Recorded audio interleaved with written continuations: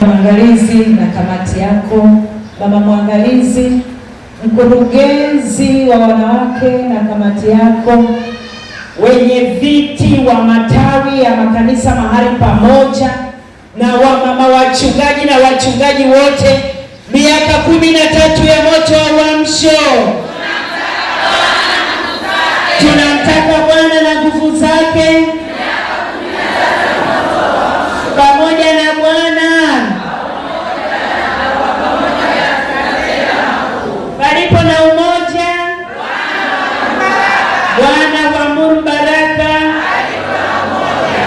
Amina. Asante sana, naomba mkae. Awali ya yote, naomba nitoe shukrani zangu nyingi sana kwa mwangalizi na kamati yake, lakini pia mama mwangalizi ambaye ni mshauri wa idara hii ya wanawake katika section yetu hii nzuri ya maziwa na asali, kwa kunipa nafasi tena ya kusimama kwenye madhabahu hii. Niseme Mungu awabariki sana. Asanteni sana. Naomba nijitambulishe kwa majina yangu. Najua mwangalizi wangu makamu amekwisha kunitambulisha, lakini naomba tu niseme tena. Mimi kwa majina ninaitwa Neema Mndasha. Kwa neema ya Mungu ni mchungaji kiongozi katika kanisa letu zuri sana la TAG Philadelphia hapo Tegeta A. Lakini pia kwa neema ya Mungu ni katibu wa idara ya wanafunzi na maandiko katika jimbo letu hili nzuri la Ubungo. Lakini pia katika section yetu hii nzuri ya maziwa na asali chini ya uongozi wa baba yetu mzuri Kangalawe, mimi ni mkurugenzi wa idara ya uinjilisti. Lakini pia nitambulishe kitu kingine. Nimekuwa pale geti chuo cha uinjilisti kwa muda wa miezi mitatu. Pale tumesoma, tumekuwa na intake ya 7 ambayo ni ya kwetu. Mwezi wa 8 wanaanza intake ya 8. Sisi ni ya 7.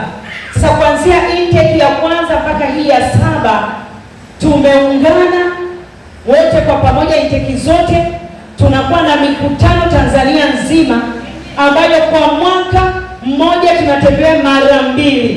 Na mwaka huu unavyoniona nimeingia jana kutoka Masasi kwa ajili ya mkutano wa kwanza ambao hivi ninapoongea unaendelea pale Masasi mpaka siku ya Jumapili.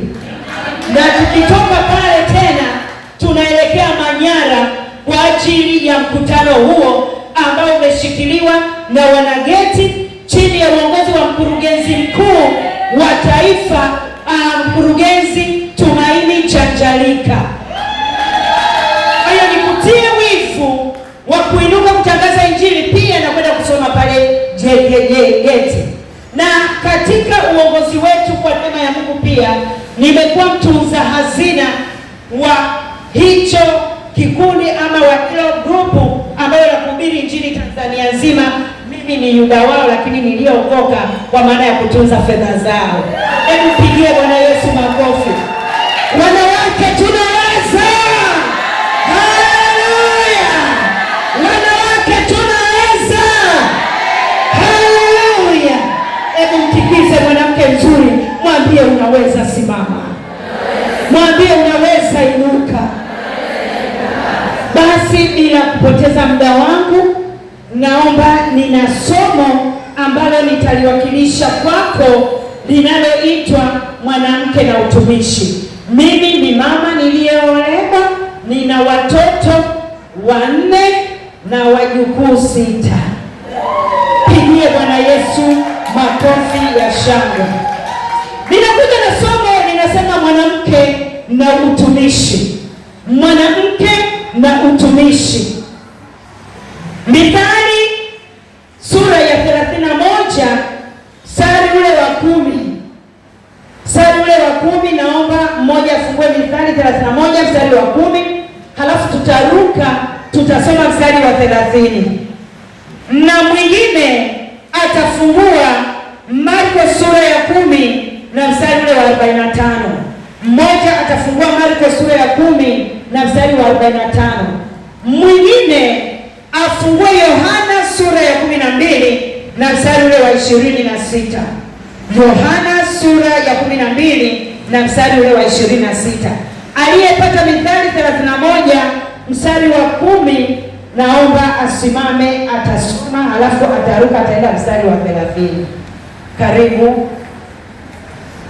Neno la Bwana na mstari wa 45, naomba simama. Nasoma Amen. Marko 10 mstari wa 45. Ndiyo. Kwa maana mwana wa Adamu naye hakuja kutumikiwa, bali kutumika na kutoa nafsi yake iwe fidia ya wengi. Amina. Aliyepata Yohana 12:26, naomba na wewe usimame. Yohana 12 mstari wa 26. Amina. Mtu akinitumikia na anifuate, nami ndipo na mtumishi wangu atakapokuwa. Tena mtu akinitumikia Baba. Amina. Naomba tuombe. Baba yetu na Mungu wetu, niko mbele ya madhabahu yako, mbele ya watumishi wako wazuri ambao umewachagua kuwepo mahali hapa asubuhi ya leo, wanawake wa thamani ambao umewanunua kwa damu yako yenye thamani. Mungu, ninanyenyekea mbele zako na kushuka. Ninahitaji tena neema yako kwa ajili ya kuiwakilisha mbingu, kwa ajili ya kusema habari zako, kwa ajili ya kuinua mioyo yetu ili iendelee na utumishi ambao umetuitia kwa nyakati hizi, katika jina la Yesu Kristo. Kwa mamlaka ulionipa, na nyamazisha utawala wa shetani, na nyamazisha kila kelele za adui. Ninafungulia uwepo wa Bwana, ninafungulia nguvu za Bwana, ninafungulia uelewa wa Roho Mtakatifu. Roho Mtakatifu, ujuaye kuyafafanua maandiko, ujuaye kutufundisha, naomba fundishe kila mwanamke mmoja mmoja aliyeko mahali hapa, kwa kadri ya uwezo wetu, kwa kadri ya uelewa wetu. Naamini ya kwamba hutatuacha, bali utasimama, maana wewe ni mwalimu mkuu na kiongozi mkuu. Tawala ibada hii Bwana, nami nimeomba hivyo nikiamini utendaji wako, ni katika jina la Yesu Kristo, jina lipitalo majina yote. Wote tuseme amen. Sema amina ya nguvu. Sema amina ya nguvu. Naomba niwasikie wanawake wa upande huu. Sema amina ya nguvu. Shangilia Bwana Yesu. Shangilia Bwana Yesu. Naomba niite wanawake wa upande huu. Sema amina. Sema amina. Amina iliyoshinda. Amina iliyoshinda. Shangilia Bwana Yesu. Wote kwa pamoja na viongozi wetu. Sema amina. Sema amina. Haleluya. Kwa nini ninakuhamasisha kusema amina? Wanawake tuna mambo mengi na tumejaliwa vingi, lakini si ajabu kamkuta mwanamke saizi yuko jikoni anaipua maharage, mwingine anamfunga nepi. Wewe ukajua uko na wanawake watumishi mahali hapa, kumbe wengine wanatoa pampasi za watoto, kumbe wengine wanaangalia yale maharage yaliyoungua. Ninakurudisha urudi kwenye madhabahu. Sema amina. Sema amina. Sahau yale uliyoacha kule nyumbani, sahau yale uliyokutana nayo. Bwana anataka kufanya kitu mchana wa leo kwenye maisha yako. Bwana anataka kuwekeza tena vitu vya thamani ndani ya maisha yako, maana wewe ni chombo cha thamani sana. Unajua kwa nini nimesoma Mithali ya 31? Unafahamu ni kwa nini? Ngoja nikwambie. Nimesoma Mithali ile ya 31 kwa habari ya yule mwanamke ambaye ni wa ajabu, mwanamke wa tofauti, mwanamke ambaye amejaa hazina zote za kiungu, mwanamke ambaye ni wa kusifiwa, mwanamke ambaye ni wa kutamaniwa. Sifa zake zimeenea kila mahali. Huyu mwanamke nimempenda huyu mwanamke kwa sababu ana sifa zote, lakini kuna sifa chache 4 ambazo zimenisukuma niweze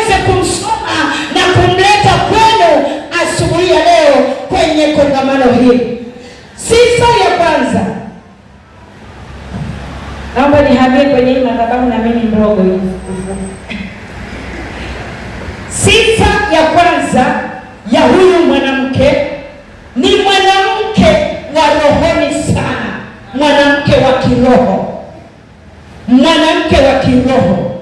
Yuko vizuri, anatimiza wajibu wake ndani ya kanisa lake, anatimiza wajibu wake kwa mchungaji wake, anatimiza huduma yake kikamilifu. Kwa lugha nyingine, anamcha Mungu. Lakini sifa ya pili ya huyu mwanamke, ana huduma kubwa katikati ya jamii. Tukija kijamii, ni mwenye upendo na msaada kwa wengine waliomzunguka.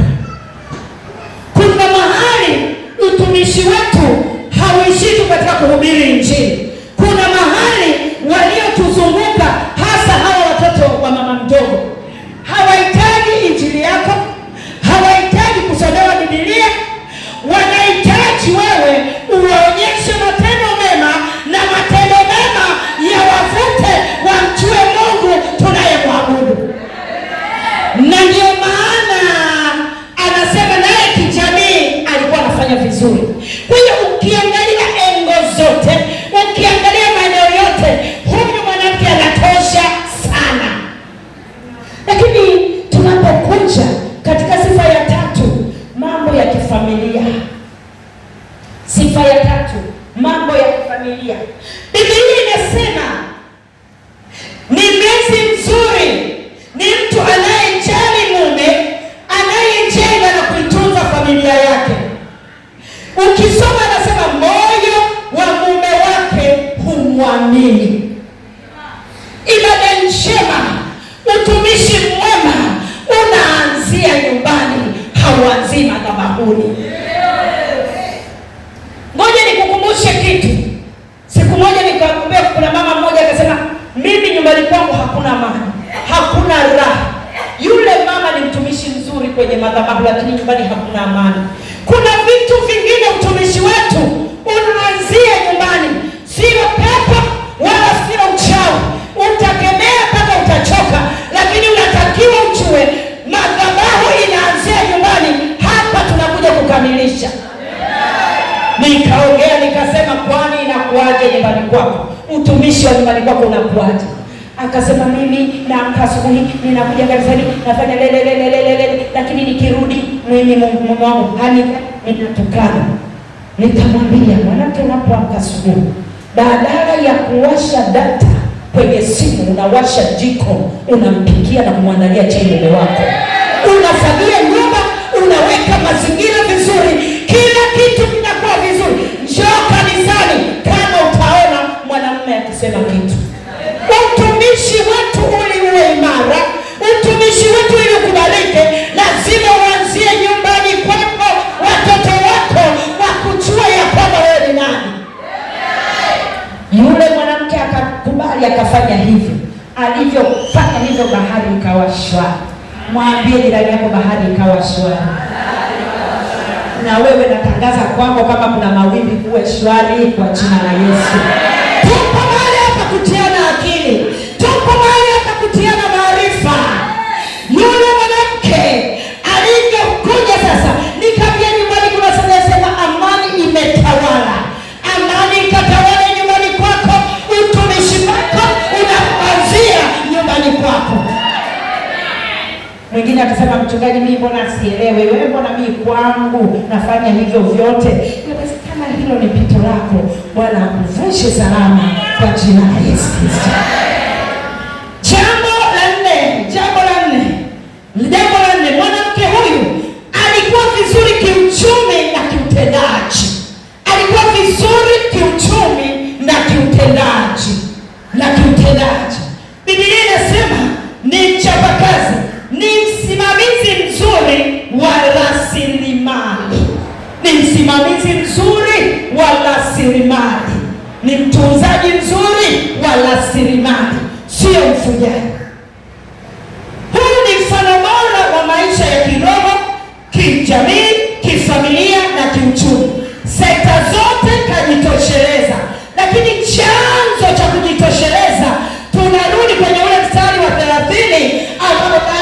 ameusoma.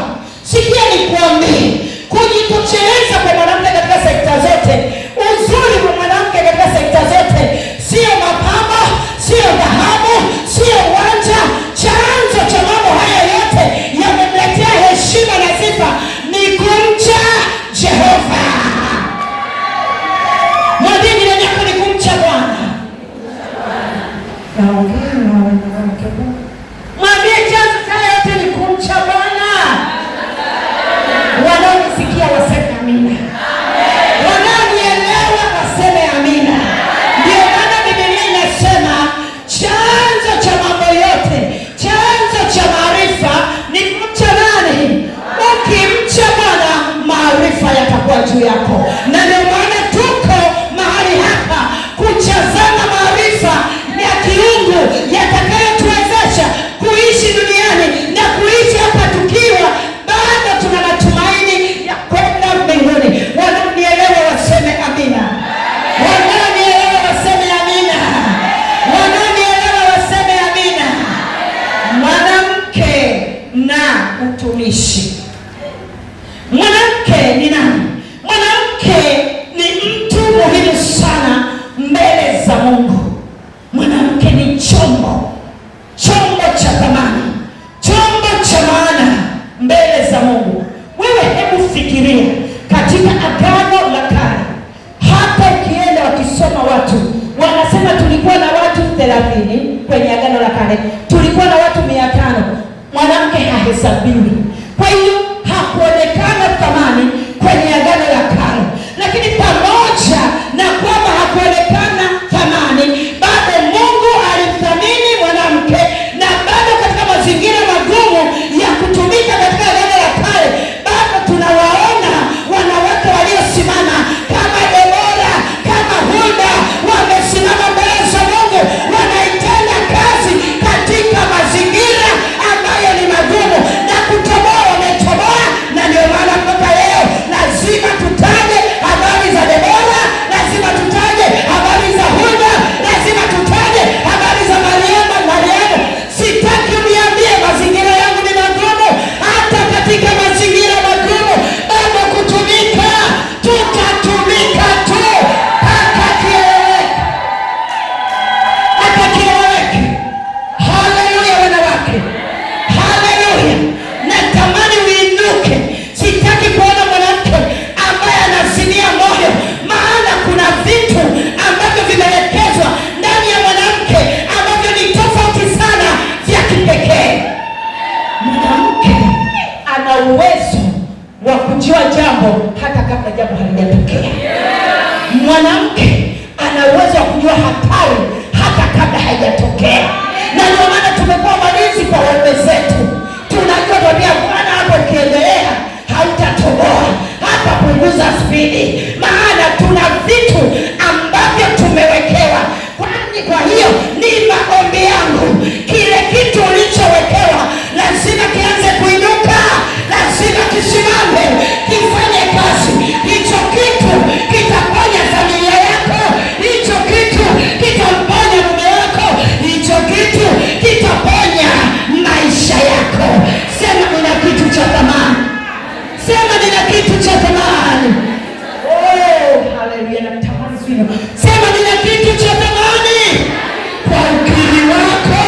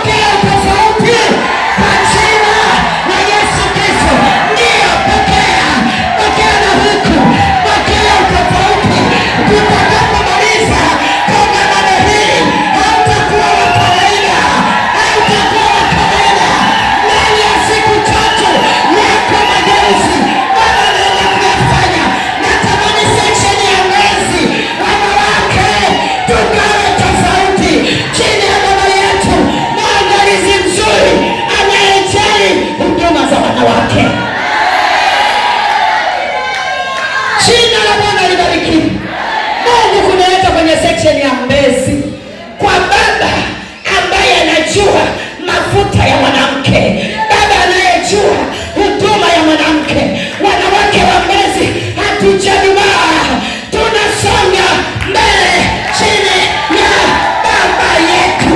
Sema amina, sema amina wewe. Haleluya, haleluya, haleluya, haleluya. Jamani, nimetoka Masasi jana, nina usingizi wa siku 2, lakini leo Mtakatifu ni mwaminifu. Haleluya. Kwa nini tujifunze mwanamke na utumishi? Kwa nini tuko mahali hapa? Na kwa nini tuwe na hili somo? Kuna mambo mengi yanayosababisha tujifunze somo hili, lakini kuna mambo machache naomba niyalete kwako. Jambo la kwanza, kwa sababu tumepewa agizo kuu na Mungu wetu, na agizo hilo linatoka Matendo sura ya 1 na mstari ule wa 8. Tuko mahali hapa kwa sababu tumepewa agizo kuu. Agizo kuu linasemaje? Agizo kuu linasemaje? Agizo kuu ni kuhubiri Injili, lakini ile Matendo 1 inasemaje? Mtapokea nini? Nguvu akiisha kuajilia juu yenu Roho Mtakatifu, nanyi mtakuwa mashahidi wangu. Haleluya, pigie makofi. Hauwezi kulitimiza agizo kuu kabla hujajazwa nguvu za Roho Mtakatifu. Kwa hiyo ukienda ile Matendo 1:8 inaeleza ujazo wa Roho Mtakatifu, inaeleza kupokea nguvu. Lakini nimesoma mara 2, nikachukua na Biblia zingine, nikatafuta mahali ambapo wameandika kwamba hii nguvu iko kwa wanaume tu, sijaona. Nikaangalia tena nitafute ya kwamba hii nguvu inaachiliwa kwa wachungaji tu, sijaona. Nikaenda tena niangalia nione hii nguvu inatumika labda kwa wale wenye pesa, matawi ya juu, sijaona. Nikaangalia tena nione ya kwamba hii nguvu ni kwa ajili ya maskini ambao hawana uwezo, sijaona. Lakini nilichogundua hii nguvu ni kwa ajili ya watu wote, wanawake na wanaume wote. Tuko humo, tumepokea nguvu za Roho Mtakatifu ili tuwe mashahidi. Sasa mashahidi sio mpaka uende kwenye majukwaa. Haleluya. Utumishi wako kwa kile Mungu alichokupa cha kuwezesha kazi ya Bwana isonge mbele. Kuna mtu mmoja tulikuwa tunaongea habari za wachungaji kwenda Ghana, sijui mmepata mwezi wa 10. Nilipongea na yule mtu, akasema mchungaji unaambia mimi siendi mimi. Kwani nikamwambia hapana, mambo hayajakaa vizuri. Akasema hebu tuvumilie, sio mshirika wako, maana sasa hivi nimeshaanza kufikiria mama Mchosa na wala sio mshirika. Akasema hebu ngoja tufikirie, sio mshirika wangu kabisa. Akasema ngoja tukae, kuna mambo mengi umeyatenda kwenye familia yangu, ngoja tukae mpaka huko mwezanani, mimi nataka uende Ghana. Akasema hivi, sikia nikuambie, wewe unatoka unaenda kuhubiri Injili, mimi sijawahi kusimama kwenye jukwaa, hilo ndio jukwaa langu. Kwa hiyo kila mtu ana jukwaa lake la kusimama. Nataka nikuambie, usife moyo ukasema mimi siwezi kusimama kama mchungaji Neema, lakini liko jukwaa lako ambalo unaweza kusimama ukamtambulisha Kristo, ukaihubiri Injili. Wengine madhabahu zao ziko hapa. Simama, tumika kwa uaminifu kama mwanamke uliyeitwa katika kizazi na siku za mwisho. Hawataki kuitikia, hawataki kuitikia. Abadangalizi hawataki kuitikia. Sema amina, sema amina. Nataka nikuchochee yawe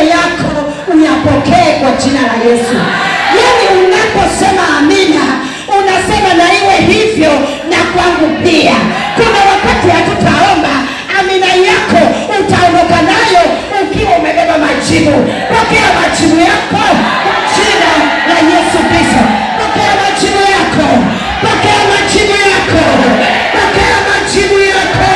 Pokea majibu yako mwanamke. Ondoka nayo na siku ya leo ikawekwe kumbukumbu katika maisha yako. Ikawe kumbukumbu, historia yako ikabadilishe, na wewe ukabadilishe, ukawe mtu mwingine kwenye utumishi wako. Haleluya, haleluya, haleluya.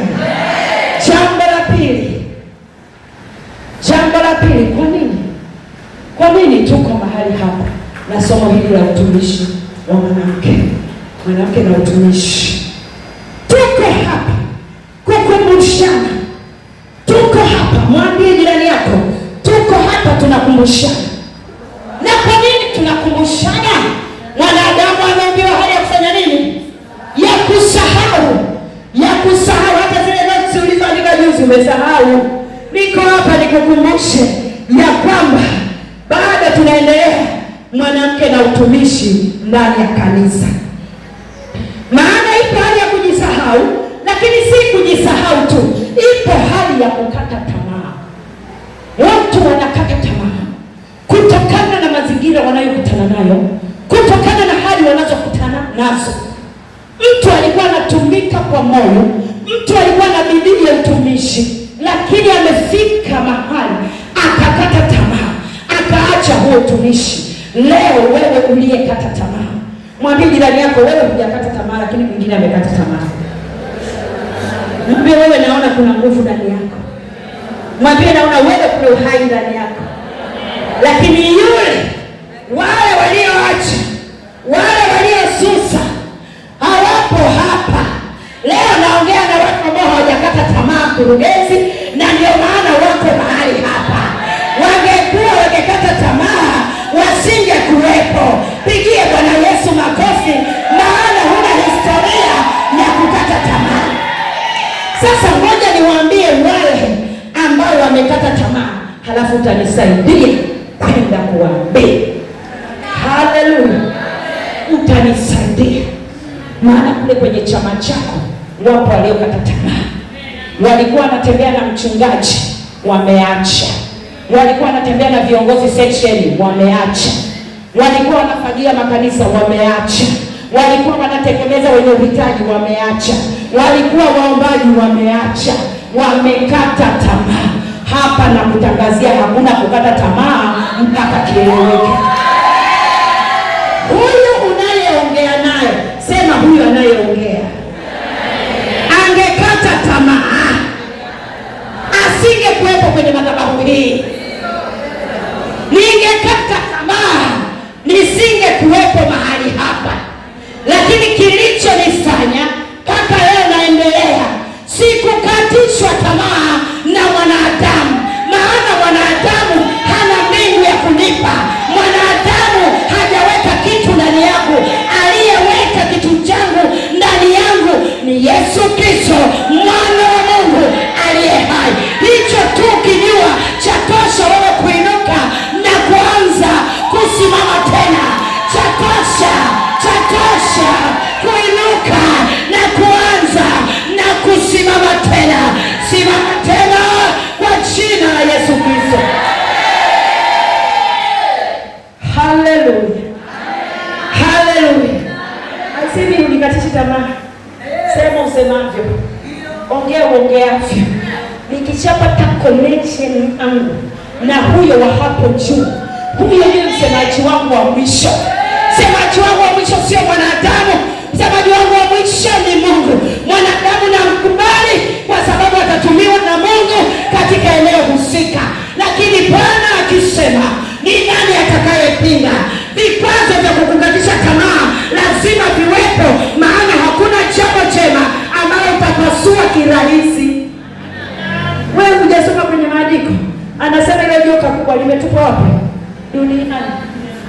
Baba mmoja akasema, Mungu naye ameona hata kumbe mimi hafai, hata hamtaki kumtupa duniani.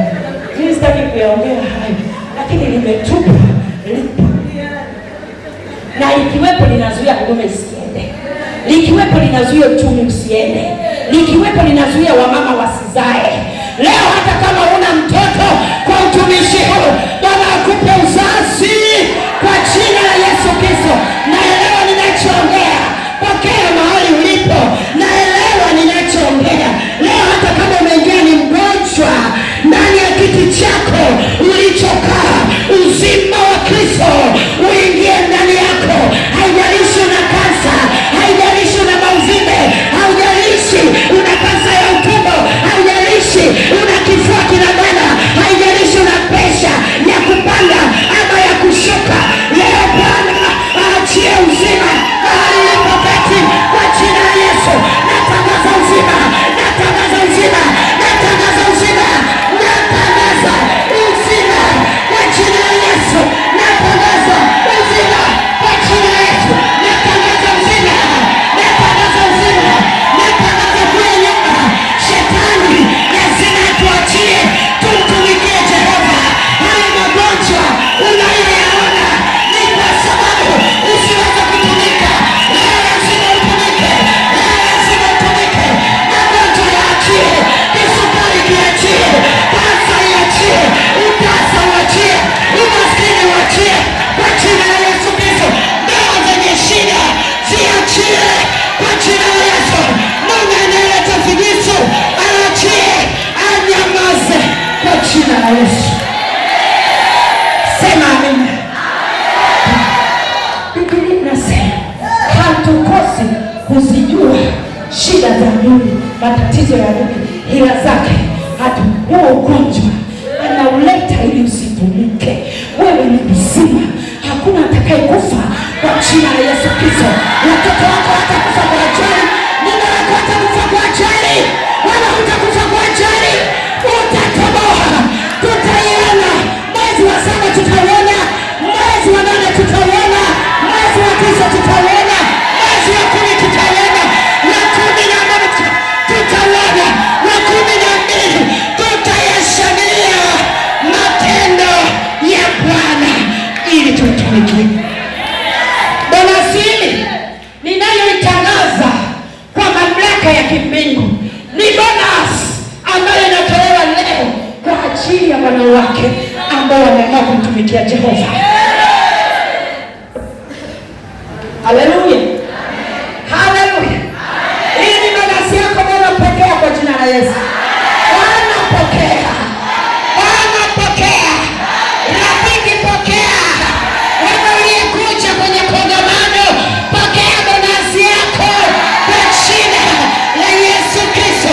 Hutakufa, utayatangaza matendo ya Bwana, halafu utaendelea kutumika kwenye nyumba ya Mungu. Wakasema amina. Na sio kutumika tu, na uchumi wako utaimarishwa kama wewe ulivyoimarishwa kwa yule mwanamke wa Mithali 31. Tutamtumikiaje Mungu alafu tuwe maskini? Pokea kufanikiwa kwa jina la Yesu Kristo. Mungu tutaipelekaje nchi kama tutakuwa Mungu pakavutia mchuzi? Lazima milango ya pesa ifunguke ili tuweze kumtumikia Bwana. Walionielewa sema amina. Asiyeelewa nyamaze kimya. Lakini aliyenielewa alipokea hilo ni la kwako. Nasema eti ni la kwangu wakati nauza mchicha na vitumbua. Wewe hujui kusema na mahali wameandika mchicha halafu ni hoteli. Ina maana yule mtu alianza na mafuta ya nini? Ya mchicha mpaka likawa Bangalore, hoteli kubwa la kimataifa. Pokea kuinuliwa, pokea kutoka mchicha kwenda viwango vya juu, kutoka kupiga mandazi, kutoka kupiga vitumbua, kutoka kuzurura na Bwana akupandishe. Na mimi ninaomba kwa sababu nimesimama kwenye sekta na utumishi, nasema hivi, hata wewe usiye na connection, Bwana achilie connection kwenye maisha yako ili kutumike kwa jina la Yesu Kristo.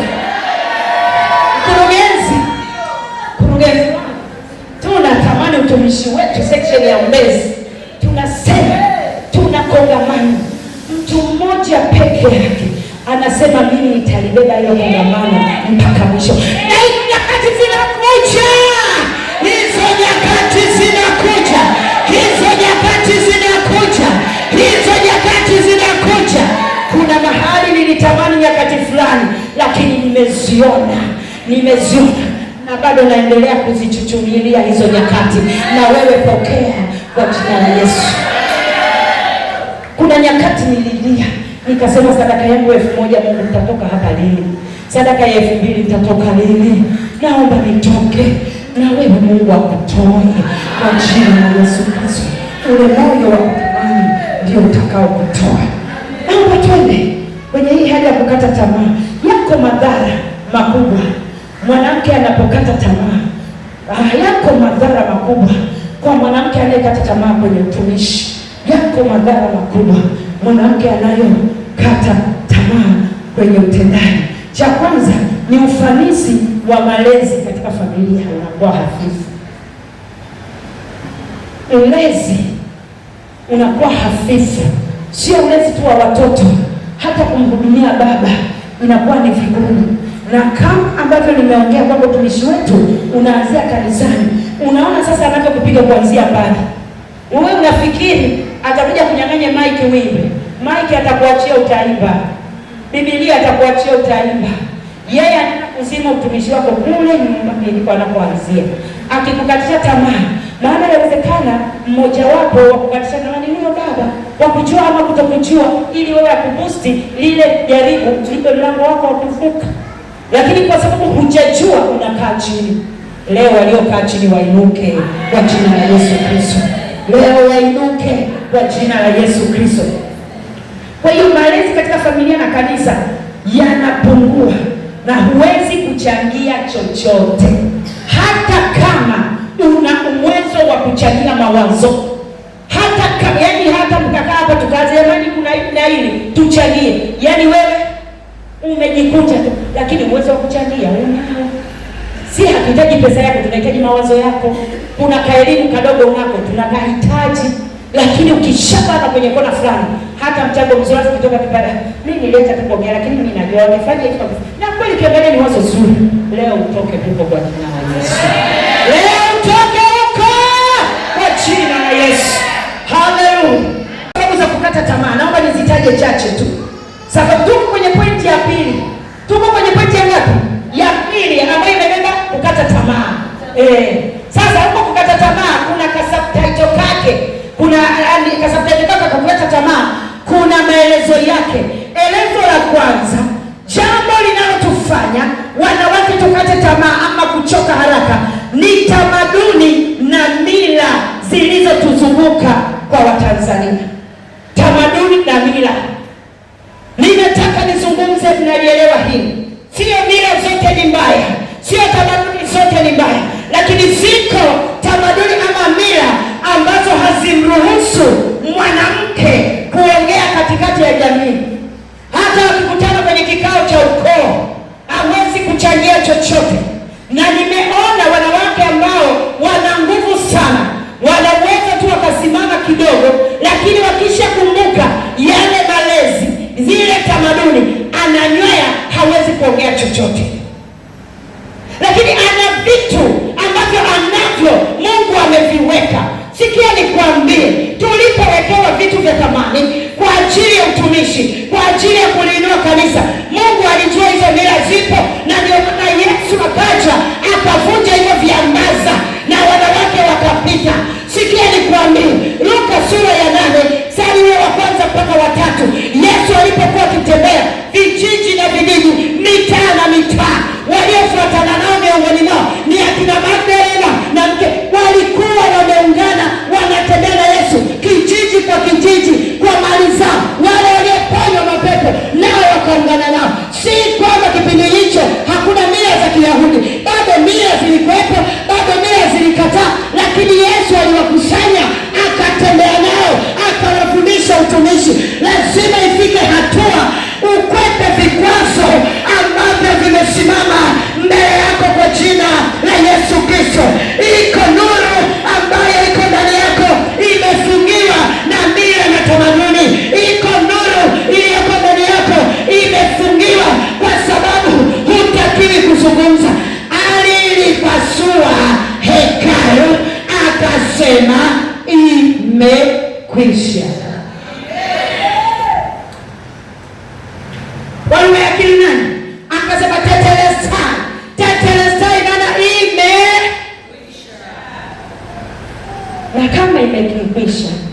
Kinachotakiwa sasa uendane vipi?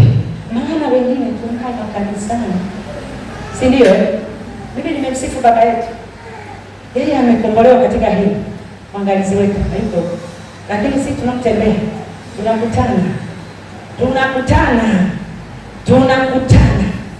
tunakutana na hivyo vikwazo kwamba mwanamke unakutambulisha ya kwamba wewe ni nani. Miaka na miaka amefufuka, ameenda mbinguni, lakini kazi zake zinasoma mpaka leo, na mpaka leo jina hilo hilo tukiita wewe pepo, toka kwa jina la Yesu linaondoka, na mwenyewe yuko mbinguni. Tumebakiwa na uwepo wa Roho Mtakatifu. Kazi zako zizungumze, usishindane na wenye mfumo.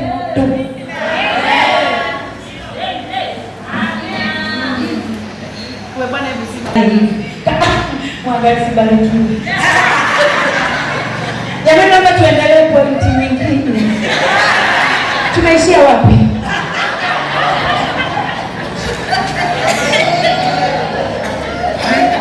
Haleluya. Haleluya.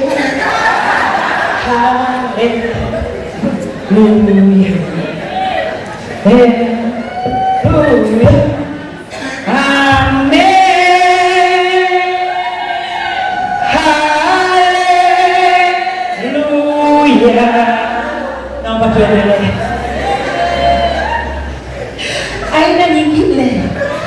Aina nyingine, sababu zingine za kukata tamaa, aina ya watu unaotembea nao, aina ya watu unaoambatana nao. Ni lazima utambue umebeba nini. Ni lazima utambue huduma yako ikuunganishe na watu wanaoendana na kile ulichokibeba.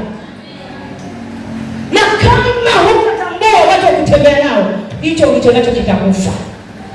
Na mimi asubuhi ya leo ni maombi yangu, Bwana akupe watu sahihi wa kutembea nao, wa kusimama nao, wa kuambatana nao, ili utumishi wako uendelee kukua siku hadi siku. Wanaonielewa waseme amina. Unaweza ukaambatana na mwanamke mwenzako, kumbe yeye hana safari, kumbe yeye yuko mahali pale kukatisha tamaa, yuko mahali pale kuvunja moyo, yuko mahali pale moto ukiwaka yeye anatia maji kupozesha. Ukishamtambua, mkimbie huyo, ambatana na watu watakaosababisha utumishi wako unaendelea. Haleluya. Wakasema amina. Na leo natangaza wale waliokuganda kama siafu waachie kwa jina la Yesu, na chombo cha amani. Na wapo utakutana nao. Unatoka wapi kwenye kongamano? Wewe na wewe. Sasa ukianza wewe na nini, kuna nini? Ukishasikia wewe na wewe, kimbia mwache. Ukishaanza kwani kuna nini? Mtu anaanza kubeba kuna hakwambii je, anataka akupukutishe kile ulichokipokea. Na mimi natangaza hakuna mtu akupukutisha kile ulichopokea kwa jina la Yesu Kristo. Umeongea mara moja, hasikii mara mbili, achana naye, piga hatua. Leo natangaza asikupunguzie mtu mwendo kama yule mwanamke mchunani akasema, ongeza spidi, ongeza mwendo, ongeza mwendo. Rabashakata, uongezewe mwendo kwa jina la Yesu, uongezewe spidi. Hawa hawajanielewa, hawa wa hapa, uongezewe mwendo kwa jina la Yesu Kristo, uongezewe mwendo, uongezewe mwendo, uongezewe mwendo Eliza kwa jina la Yesu Kristo, mwana wa Mungu aliye hai. Haleluya. Angalia watu wa kutembea nao Bwana. Kuna wakati Paulo aliachana na Barnaba, na kuna wakati Paulo akaambatana na Sila, lakini wote wakiwa kwenye utumishi. Na kuna wakati anaweza akawa ni mtumishi kweli, lakini kwenye laini yako unaona kuna nyaya zinagongana. Tafuta wabawa moja uruke naye, mtaongezeana spidi ya kuruka. Wanawake tunaitwa kutumika Wanawake tunaitwa kuchanua, wanawake tunaitwa kuongezeka, wanawake tunaitwa kupanuka. Leo nikutie wivu yale ambayo hujawahi kuyafanya, aidha kanisani kwako, aidha kwa mchungaji wako, ama kwenye leo kayafanye kwa jina la Yesu Kristo. Nami naachilia nguvu ya utendaji, anaachilia nguvu ya utendaji, naachilia nguvu ya utendaji. Baba, achilia nguvu ya utendaji kwa wanawake hawa, wakatende kama vichaa, wakatumike kama vichaa. Seksheni yetu ikatofautishe na seksheni nyingine kwa ajili ya nguvu Bwana anaiachilia katika kongamano hili. Wakasema amina. Wakasema amina. Iliandika katika Matendo 15. Matendo 15 nisikuache bila andiko. Matendo sura 15. Mstari wa 39 mpaka 40, mstari mwingine. Lakini jambo lingine, tuko kwenye pointi ya pili, lakini tuko kwenye hints ya kukata nini? Tamaa. Jambo lingine, chuki binafsi kwa aina ya viongozi uliona. Chuki binafsi katikati ya viongozi uliona. Mimi nimekwisha kusema, siongei kwa sababu na makamu mwangalizi yuko mahali, lakini nimeongea toka mwanzo kwamba tumepewa uhuru na mwangalizi wetu na kamati yake anatambua wito wa wanawake. Lakini unaweza kukutana na viongozi hao niliokuwa ninakuambia, nikasema mitambo izime. Ni viongozi sio kali sana, hawatakupa nafasi. Wakimbie, tafuta mahali pa upenyo wako ambapo utapenya ukamuone Bwana. Na ndio maana mara kwa mara tunatakiwa kuombea walio juu yetu, tunatakiwa kuombea wa viongozi ili watembee sawasawa na mapenzi ya Mungu. Na mara nyingi wale ambao hawatendi vyema ndio ambao wanang'ang'ania vita, lakini wale wanaotumika kwa uaminifu wako huru. Alo. Mimi nikiona mtu ana kitu kizuri napenda kukitumia. Naona nimepokea kutoka kwa mwangalizi wangu, kwani mshirika akiwa na viwango vikubwa kuliko mimi, kuna shida gani? Kwanza ananirahisishia kazi. Mimi ni kumgaidi tu kwamba hapo rudi, hapo nenda hivyo. Chungika wewe ili mtumishi wako ukue. Ongezeka, uwe mtu wa kuongezeka, uwe mtu mnyenyekevu, uwe mtu wa kuwasikiliza walio juu yako. Na wengine sio chuki binafsi ya viongozi, wengine walivyoona sasa wako vizuri, kuna mahali wanaona wanaelekea, wakaanza sawa kupanda, walikuwa hapa, walivyoona wanakemea mapepo yanatoka, wagonjwa kupona, anaanza sasa anataka alingane sasa na anavaa kiatu cha Santana, alingane na kiongozi. Shindwa wewe kwa jina la Yesu. Usijitambulishe, kazi itakutambulisha. Utumishi utakutambulisha. Walivyoitwa watoto wa mzee Yese walikuwa porini. Sikia nikwambia, aliyekuwa porini ni yule aliyekuwa na kitu. Walioletwa wakawekwa pale, ndio watoto wa mzee Yese. Walipoletwa wakawekwa pale, waliletwa majianti, waliletwa walionekana na sura nzuri, waliletwa walionekana wana misuri. Akasema mzee, akasema hawa ndio, lakini aliye na roho wa Mungu akasema hawa sio. Sikia nikwambie, ukiwa na utumishi, hata kama ungefukiwa na mtu, Bwana anainua kutoka shimoni, anaviinua juu. Ingekuwa hivyo, Yusufu tusingemuona, aliwekwa shimoni, lakini utumishi ukawa unaongea ndani ya shimo. Utumishi hauzuiliwi na jambo lolote. Utumishi hauna mipaka, unalia kila mahali. Niko kukuambia, uliyekata tamaa mwanamke, inuka tena, simama tena, tutembee tena, tukukutane tena, tufike pale aliko tukusudia Jehova. Wakasema amina. Haleluya. Asante Yesu. Naomba haya Bwana, Thamani yako haiongezeki kwa kuvaa vizuri, thamani yako inaongezeka kwa ajili ya kile kilichomo ndani yako. Kuna mahali utaitwa kila mahali, sio kwa sababu una sura nzuri, sio kwa sababu unavaa vizuri, sio kwa sababu ya ile thamani uliyoipandisha. Niko hapa nipandishe thamani ya kile ambacho Mungu amekiweka ndani yako, mwanamke mwenzangu. Lakini katika kukata tamaa, kuna mambo matatu yanazaliwa kwenye kukata tamaa. Kuna vitu vingine vinazaliwa, vitu vitatu. Naomba nivitaje haraka haraka. Kwenye kukata tamaa, kwenye kukata tamaa, kwenye kukata. Hebu twende kwanza hii ya nyingine, twende tumalizie hii. Kwa nini tujifunze mwanamke tayari? Ziko sababu za kukata tamaa tayari. Tunaenda jambo la ngapi? La tatu, si ndio? La tatu. Hizo zote tulizokuwa tunaandika ni subtitle, si ndio? Walikuwa wananielewa hapo, tulikuwa tunaandika subtitle. Naomba niruke moja niende nyingine. Tunahitaji kutumika kwa ufanisi zaidi na kwa viwango vya ubora. Ndio maana tuko mahali hapa. Kongamano hili linatuongezea thamani ya utumishi wetu, kutumika kwa viwango na kwa ubora zaidi. Sio ili mradi kutumika, tumika kwa viwango.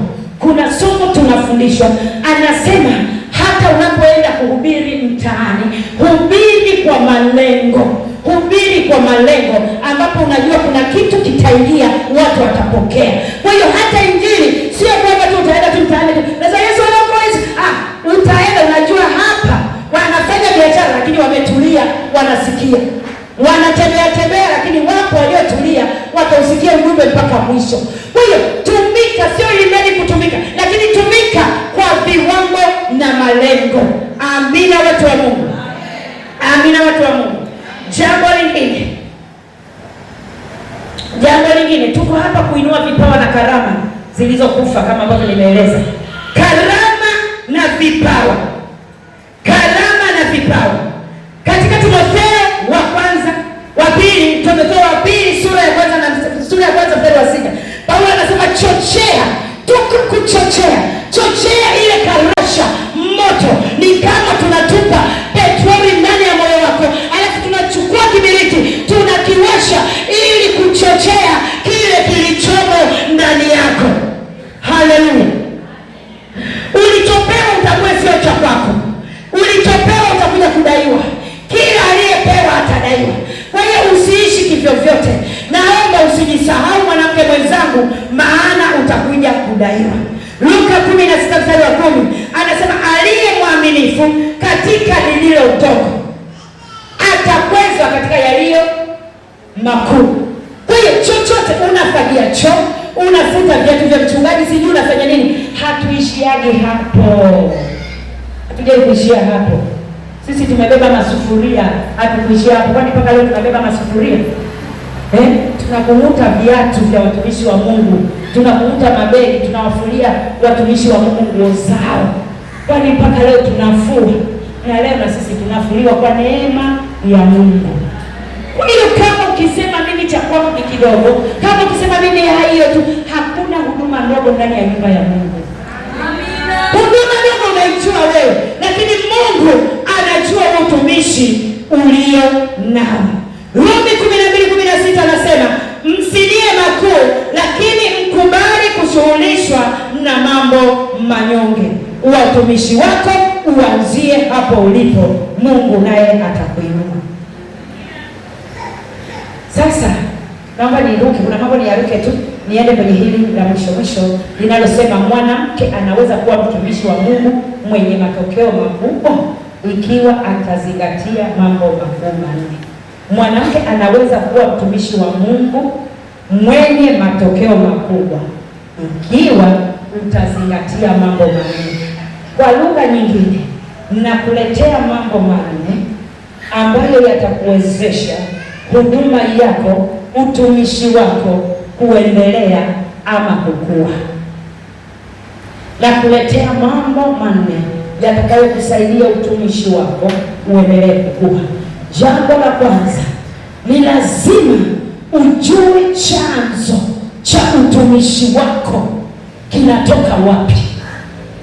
lazima ujue chanzo, source ya hicho ulicho nacho kinatoka wapi. Na ukishatambua chanzo cha hicho, chanzo cha utumishi wako, lazima utaweka mawasiliano, sio mawasiliano ya muda, mawasiliano ya kudumu pamoja na huyu Mungu. Kwa maana wote tulio mahali hapa, chanzo cha utumishi wetu ni huyu Mungu aliyeziumba mbingu na nchi. Kwa hiyo kama ni yeye, ni lazima niwe na uhusiano wa karibu na huyu Mungu wenu, na huyu Mungu wangu. Yohana sura ya 15 na mstari wa 5 anasema, mimi ndimi mzabibu. Mzabibu yule anastaamka, anasema yeye akaaye ndani yangu atazaa sana. Ili uweze kuzaa kwenye utumishi wako, ili uweze kupanuka, ili uweze kuenea, ili uweze kuvuka mipaka, ni lazima ukae kwenye shina la mzabibu. Anasema yeye akaaye ndani yangu atazaa sana. Leo mbona umeondoka kwenye mzabibu? Kaa kwenye mzabibu ili uone ukuu wa Jehova. Jambo la pili, haleluya. Jambo la pili, Mungu hutazama uaminifu kuliko ukubwa wa nafasi yako. Mungu hutazama uaminifu kuliko nafasi yako. Kuna watu wameacha kuangalia Mungu, wanaangalia nafasi zao, wamezikamata nafasi yao. Lakini kama utumishi wako unataka upanuke, iache kwanza nafasi yako, simama kwenye uaminifu.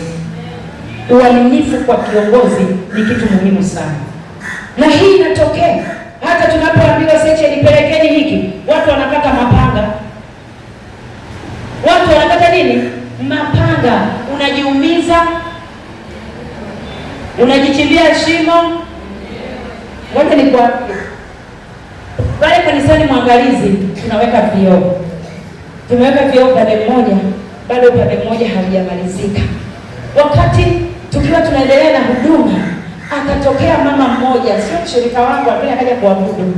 Alipokuja kuabudu akanifuata, akaniambia, "Pale dirisha moja ni bei gani?" Nikamwambia dirisha moja ni karibu 300 na kitu, halafu hayo ya juu ni karibu 200 na kitu. Kaambia kama 500 hivi na kitu umeshamaliza dirisha moja. Akasema, "Basi nitaleta dirisha moja." Alafu baadaye akasema, "Nitaleta 3 milioni." Nikasema, "Jina la Bwana libarikiwe." Nikakaa, nilivyokaa Jumapili niko Beloya, nikamwaga Kimeme Profesa. Nikasema, "Jamani, naomba nikimbie Philadelphia mara moja Jumamosi." Nikakimbia Philadelphia Jumamosi. Nikaja nikaingia baada, nikataka akasema, "Nimekuja tu mara moja, jamani narudi Beloya." Nikatoka kwenye ibada, yule mtu kumbe yupo. Alivyoniona akakimbia akaja ofisini. Akasema, "Sio unaruka na Beloya?" Akasema, ameshika burungutu limenona, noti mpya 3 milioni. Mwanamke na utumishi. Ninaongea kwa habari za wanawake wanaojua kutumika ndani ya kanisa. Alafu Mwangalizi akasema, "Usinitaje kwa mtu yeyote, mimi na wewe tumalizane tuhisi." Sasa pale si ningetoa 1 milioni, nikatumia 2 milioni nikawapa. Singetoa basi hata 1 milioni. Hakuna anayejua uaminifu. Nasema, "Mungu, mbona jaribu hili zito? Alishindaje? Nafanya na hangaika nazo, naingia nazo natoka, naingia nazo natoka, naingia nazo natoka." Baadaye nikalibeba ile Mungu tukaenda nalo kanisani. Nikamwambia wazee mnaoshirikiana na nini? Hela hii hapa 3 milioni, kuna mtu ametoa hataki ataje. Haleluya! Najua nimefanya hivyo, Bwana atafanya zaidi ya 3 milioni.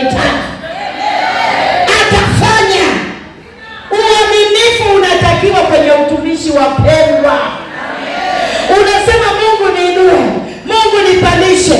Kama sio mwaminifu, kupanda ni 0. Kuwa mwaminifu kwenye mafungu ya 10, kuwa mwaminifu katika eneo Mungu amekupa.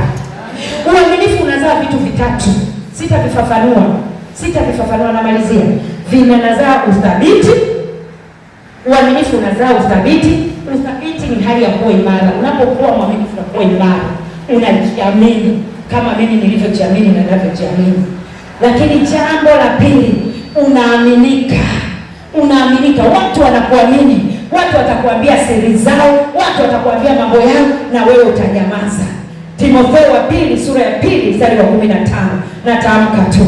Jambo la tatu ambalo nimeweka siri ni uvumilivu. Jambo la tatu, uvumilivu. Mathayo 24 mstari wa 13, Mathayo 24:13 na Yakobo 1:12. Yakobo 1:12. Jambo lingine, tutumie vipawa na rasilimali tulizopewa. Hilo ni jambo la mwisho. Tumia vipawa, rasilimali ulizo nazo. Kuna vitu hapo ulipo vimekuzunguka kwa ajili ya utumishi. Vitambue, zitambue hizo rasilimali, tambua hivyo vitu kwa ajili ya utumishi. Ninapohitimisha, naomba nihitimishe na suluhisho. Tufanye nini? Suluhisho la haya yote, jitahidi kuhudhuria makongamano na semina ili utumishi wako uimarishwe. Jitahidi kuhudhuria makongamano kama haya ili upokee elimu na maarifa. Tunahitaji elimu, tunahitaji maarifa, tunahitaji kufundishwa. Anayetaka utumishi wake kuu anapenda kufundishwa. Lakini ukimwona mtu siku zote anasema mimi ninajua, hawezi kufika mahali popote. Kuna mahali unajua lakini unakaa ufundishwe zaidi ili ujue zaidi. Sio unasema hilo kongamano mbona wao wameshafundisha mimi najua. Utumishi na mwanamke walifundisha. Mafuta yanatofautiana, lakini siku zinatofautiana. Haleluya. Kwa hiyo kaa ufundishwe. Jambo la pili, kuwa mtii, mnyenyekevu kwa viongozi wako. Kuwa mtii na mnyenyekevu kwa viongozi wako, pamoja na utumishi uliotukuka, pamoja na utumishi uliokuwa sana. Kuwa mtii na mnyenyekevu kwa viongozi wako, maana Biblia inasema upandacho kitakavuna nini? Utavuna. Ukileta kiburi, na wewe utakutana na viongozi au na watu unaoongoza nao wanakuwa na kiburi. Jambo la tatu, tumika sana. Omba sana, soma sana neno. Kutumika ni sawasawa, kutumika sana ni sawasawa na kuchukua kisu unakinoa. Kisu kisipokatiwa kinakuwa butu. Lakini tafuta kila leo, tumika. Usikubali mwanamke kukaa bila utumishi. Wakasema amina. Amen. Naomba tusimame.